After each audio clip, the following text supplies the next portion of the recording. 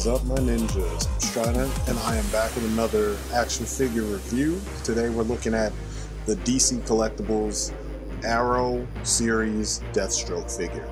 So this is what he looks like in the TV series. I dig this design for a couple of reasons. At first, I was not a fan. It just looked too generic in certain areas, you know? But it grew on me.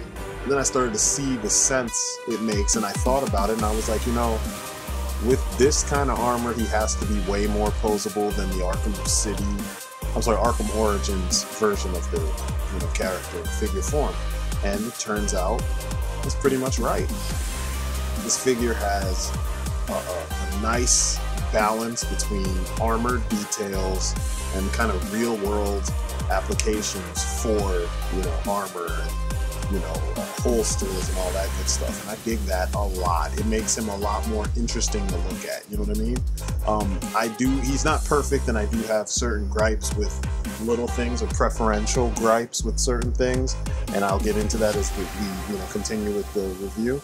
But this was one of those pleasant surprises. I mean, every time I pick him up, there's some kind of detail, some kind of sculpted texture or something that's keeping my attention, and that, you know, you just stop and you're like, damn, this is a badass looking figure, you know what I mean? And, you know, like I said before in past videos, this is why you collect. You want the figure to kind of call out to you when you walk past your shelf, you know what I mean? You don't want to overlook the figure all the time, because if you're constantly overlooking it, then that means you wasted money. You know what I'm saying? So this figure definitely delivers as far as having a personality and some, you know, nice design elements on him. And I'm pretty happy with him so far, but I'm going to go into it because Deathstroke is probably my favorite DC villain. I hate how he's been used on this show, how he's been used on in Arkham Knight, and how he was used on Arrow. Because Deathstroke is a beast, and he's kind of a monstrous character, you know what I mean? Like, he's not easily put down, and once he gets going, and yeah, man, he usually is bad news for whoever, you know, is dealing with him. So anyway, let me get into what makes this figure worth the time, worth the effort, you know, worth the money.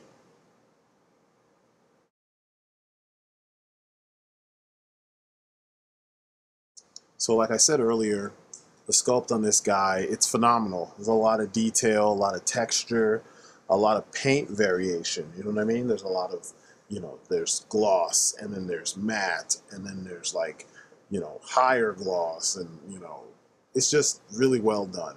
And you can really tell, you know, this part is armor and this part is not. And he has so many elements that kind of still throw back to his previous designs or other designs, you know? I'm really happy with the paint application on the helmet. That's one of the cleanest, you know, like, and he seems to be a character that gets this often, but the separation between the orange and the black is just so clean. It's ridiculous. It's one of those times where you're just like, man, see, this is another reason why DC Collectibles is up there, you know what I mean? I hold them and NECA and Marvel Select in pretty high regard. Their figures always have a high degree of, you know, paint work, decent degree of sculpt work, and it's probably because Gentle Giant is the common thread with these guys. I don't know so much for NECA. NECA does a lot of stuff with their specific sculptors, but I know between Marvel Select and DC Collectibles, it's a lot of Gentle Giant Studios work, and they do good work. I really like their work. Now, you see he's using a different sword, because that was one of my gripes. The sword that he comes with is a katana, and it's one of those things where, you know, whenever something goes on television, that's what they always do. If you're a badass assassin, you gotta use a Japanese sword. You gotta use a katana, a wakizashi, a ninjato. You gotta use something Japanese. Well, if you've been reading comics, you know Deathstroke uses a freaking broadsword because he's that badass. He doesn't need to use a katana like every other mercenary freaking, you know, assassin out there, and definitely not like Wade Wilson, his freaking Marvel doppelganger. Um, but back to the sculpt. Look at all the different detailing on there and all the buckles and the paint on said buckles and, you know, pockets and different things. The texturing on the chest armor. I mean, the bullets, the tips of the bullets being painted, and the little straps and buckles on his harnesses and his belts. And it's just like, as you look at it, you're just like, man, that's a lot of detail. All the little rivets all over this suit.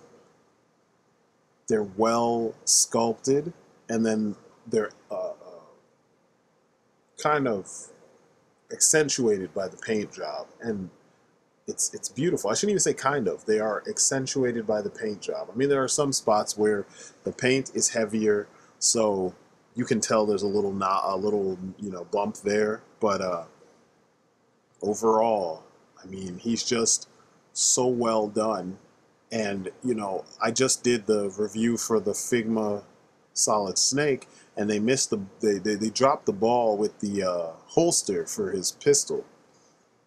Here we have another figure with the removable gun from the holster. You would think that, you know, any figure made in 2015, it would just have, you know, the removable gun from the holster. But apparently Figma wanted to be lazy about that. But, you know, back to this figure. I mean, everything that you could want is there. The only thing I would give away is the katana, because I hate when they're so generic that they couldn't think outside of the box and they stick to something like that. But that's more the prop department than this figure's sculptor, because they did a good job. Every knife, every sword, every blade that you see on him, you can remove. His gun, I think every weapon that he has on his body, you can remove from its holster or its sheath. It's a thing of beauty. His deagle is sculpted beautifully.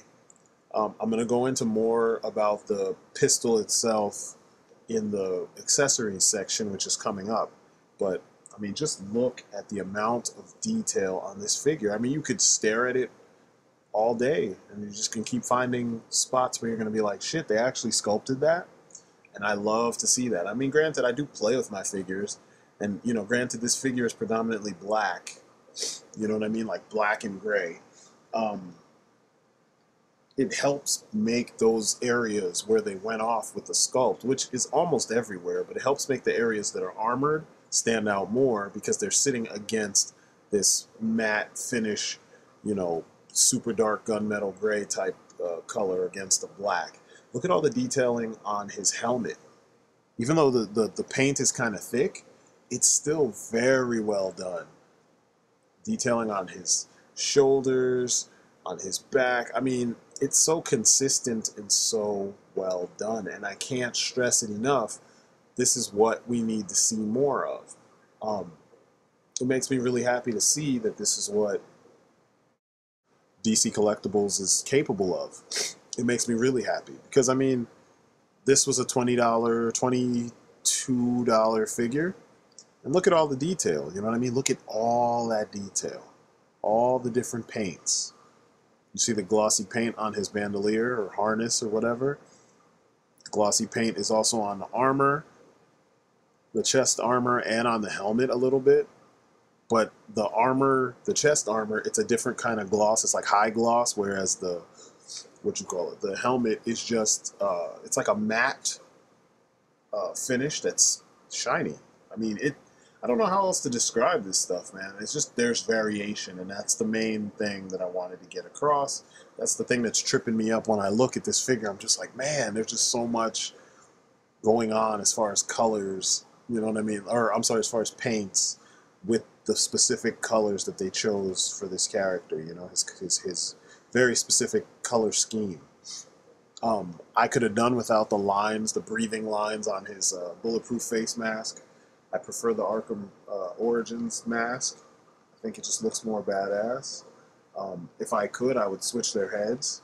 I I might do that sometime soon because I love the Arkham Origins head. That mask is perfect. They did that short, remember, on YouTube. It was called Arkham Assassin, and somebody somehow made a version of Deathstroke that wore that kind of a costume, and that's what I want to see. I would have rather seen with this one. But I mean, like I said, there's so much on him that throws back to the original design, and then it takes some of the cues from the Arkham Origins design. So it's kind of hard to be mad at them and to fault them when they kind of did a nice marrying of old and new. You know what I'm saying? I'm impressed. I'm impressed. And you know I don't like Arrow. The show sucks. Stephen Amell is great. They just need to actually let him play Oliver Queen, you know. A lot of the cast is well casted, or well casted, well cast. But the situations, the plot lines suck. But some of these designs that you see in that Arrowverse, some of them work. Like the new costume he's going to be wearing in this coming season, it looks really good because guess what? They took their cues from the comics, which is something they should have done to begin with. But as you can see, he has the same things in common with all the other versions of Deathstroke. He's got a pistol, you know, sidearm, however you want to call it. It's on a different side. I think it's on the right side on the Origins and Arrow figure, and it's on the left from the DCUC figure. But still, it's quick draw right there. It's something else for him to rely on. And even the styling of the holster, it's that standard quick draw holster that clips in and then you press down on it and it releases in real life. This one here, you know, obviously you just put it in, pull it out, put it in, pull it out. It's real simple. You can see he has a deagle in the two more modern figures, whereas the classic figure just has some kind of pistol. It looks like a USP or something like that. It's nice. It's nice. And the paint, you get that gunmetal color. You got the black grip. It's just well done. You know, just because it's a pistol doesn't mean it doesn't deserve some paint, you know? And they delivered. You can't fault them for that.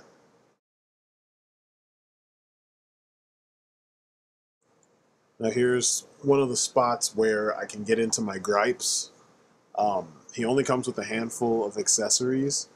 I want to say it's the four that you see in front of you. The pistol, which is a Desert Eagle. The katana or wakizashi. It looks more like a ninjato. Then you have a short blade, almost like a tanto, but it's a little bit longer. Then you have a little knife, like a combat knife. The problems I have is that the combat knife doesn't sit in his hands very well. It's got such a small handle and his grip is too big for that, but the other weapons fit in his hands fine. If you notice, with all the previous versions of the figure, there's some certain things there that he always has, like the sword. He also always has a staff. He always has a pistol. You know, the knives seem to be optional. The pistol is well painted. It's very shiny, very long. It's a Desert Eagle, you know. In most figure lines, it's the same generic design, but the sword. So he's got a katana. I don't like it. It's not big enough. It's not menacing enough. It doesn't feel powerful like the kind of sword that Deathstroke would carry. So I swapped it at first with the DCUC sword, which is a Greek sword. It's better because it's a thick blade, but it's not fully there. So we went bigger. I figured a freaking broadsword would do it. And the broadsword I used from one of my Game of Thrones figures is perfect. It's freaking perfect. So you already saw pictures of him jumping around with that, and I felt like it was perfect. This is the smaller knife, and you can see it's kind of wobbly in his hand. You know, if I didn't have it leaning off to the side, it would just fall right through. I'm not a fan of this knife, but you know, it's probably for throwing or something. Whereas the big old Tonto, you know, Rambo knife fits in his hand so snugly. It's beautiful. So he could definitely take on Batman with that specific blade because it's not going anywhere. So that's a win. I like that. And he could have used the staff, but I have two other Deathstrokes. I'll give him the staff from them.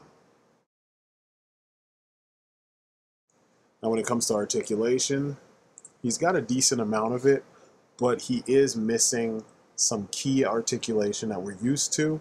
But if you have been collecting DC collectibles for the last 4 or 5 years, something like that, maybe it's more than that. Say about the last 6 years. There's some certain things you've been seeing them do with articulation that, you figure it's a DC collectibles. There's got to be a limitation somewhere. But he kicks really high. He can do the splits with no problem. No problem. I can do the splits. No problem. He kicks perfectly. It looks good. There's enough movement in the waist so that his kicks look fluid. And he doesn't have a bunch of crap around his hip joints, but he does not have a thigh swivel, so sometimes that makes things a little weird. So his overall articulation, he's got a ball jointed head. He doesn't have a special neck joint like we normally get, but he can do his little side to side. He can, look up, look down, everything. He doesn't look up very much. He doesn't look down very much. It's the standard DC collectibles situation.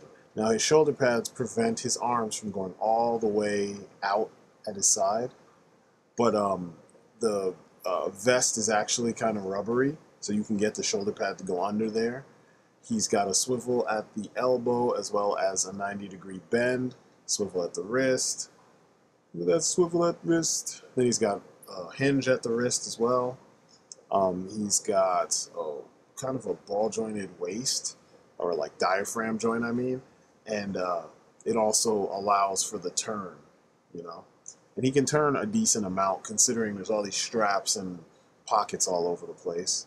He can do the splits a great deal, which is dope because remember there was a period of time where DC Collectibles figures were having the same issue that Marvel Legends were having, where the upper portion of the hip was sculpted like a square, chunk on the end.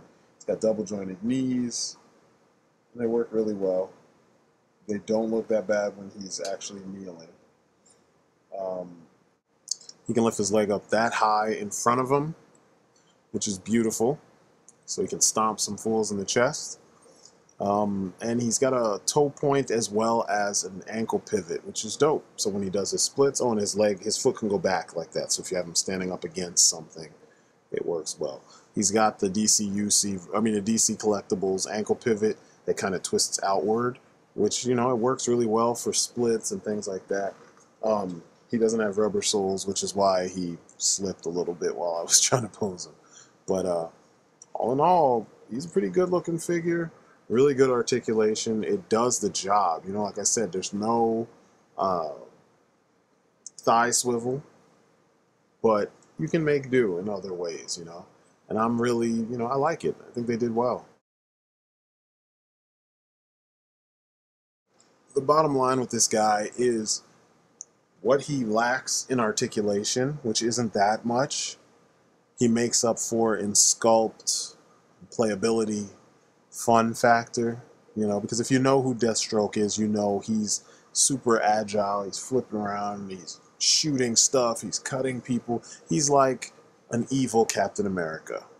So there's so many situations you can put him in to make him look good, and to take advantage of this really nice sculpt that we have, and this decent articulation, because as you can see, even though he can't do some certain things, I was able to pose him in a way that, it definitely conveys that he is very agile, because he's doing all this stuff in the air at the same time, and he's fighting Batman and Robin. So it's kind of a big deal that you can actually do this stuff.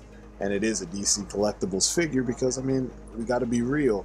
They don't always make the most posable figures, They've done it with Batman specifically, but not everybody else. So seeing it here in freaking Arrow figures, that's freaking beautiful. So I love it. I think they did such a good job with this guy. There's not that much else to say. I'm gonna ramble on for a little bit more, but this figure is probably available at your local comic book store. Like I said, I paid about $22.99 for this guy. I bought him several months ago, probably the beginning of the year. He came out a little bit after, it was like February or something like that, February or March. But yeah, I picked him up back then. I was happy. You've seen him in the back of my videos for a long time. I'm getting to all these people, I promise. So, you know, Deathstroke is a well-done figure.